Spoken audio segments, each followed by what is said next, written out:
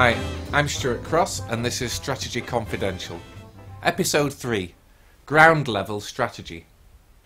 High level strategy is as useful to an organisation as an airliner is flying over people in a bus queue.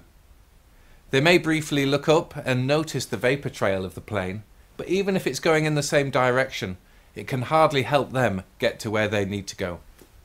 Strategy is the same. Yes, sometimes we need a 50,000 foot view, but before we can implement anything, we need to bring the strategy down to earth. We need what I call ground level strategy.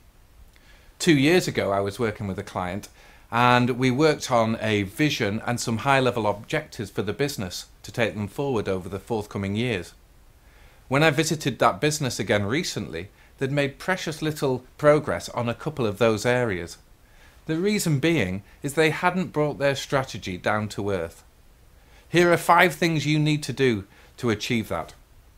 First, establish a clear and simple strategic intent, a statement that you can use that describes what your strategy is all about. If you don't know how to do that, see episode 2 of this series. Number 2, break down your overall high-level goals into a small number of more specific and concrete objectives. The US Marines use a system called Commander's Intent, which they break down their top-level mission into a series of more concrete goals. So, for example, if a high-level goal is to take a particular city, a small-level goal that a divisional unit will have might be to take a particular hill overlooking the city.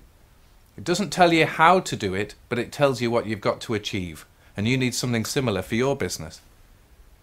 Number 3, you need to ensure there is complete executive alignment before you start to try and deliver your strategy. When I go skiing in Scotland, if there's a breath of wind in the valley, I know there will be howls of gales up on the mountain top. And it's the same with strategy. If there is a chink of division in the boardroom, there will be a gale of division outside the boardroom.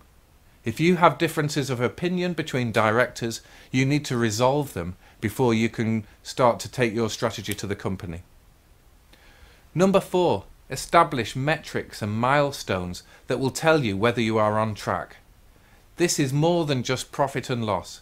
This is what are those metrics, those KPIs that will tell you that you are delivering what you intend to deliver. And number 5, you need to embed accountabilities in your performance management systems. You need to turn the accountabilities into the performance contracts of your managers so that it's in their interest as well as yours that the strategy is delivered. Then and only then can you deliver your strategy, because only then will you have a ground level strategy.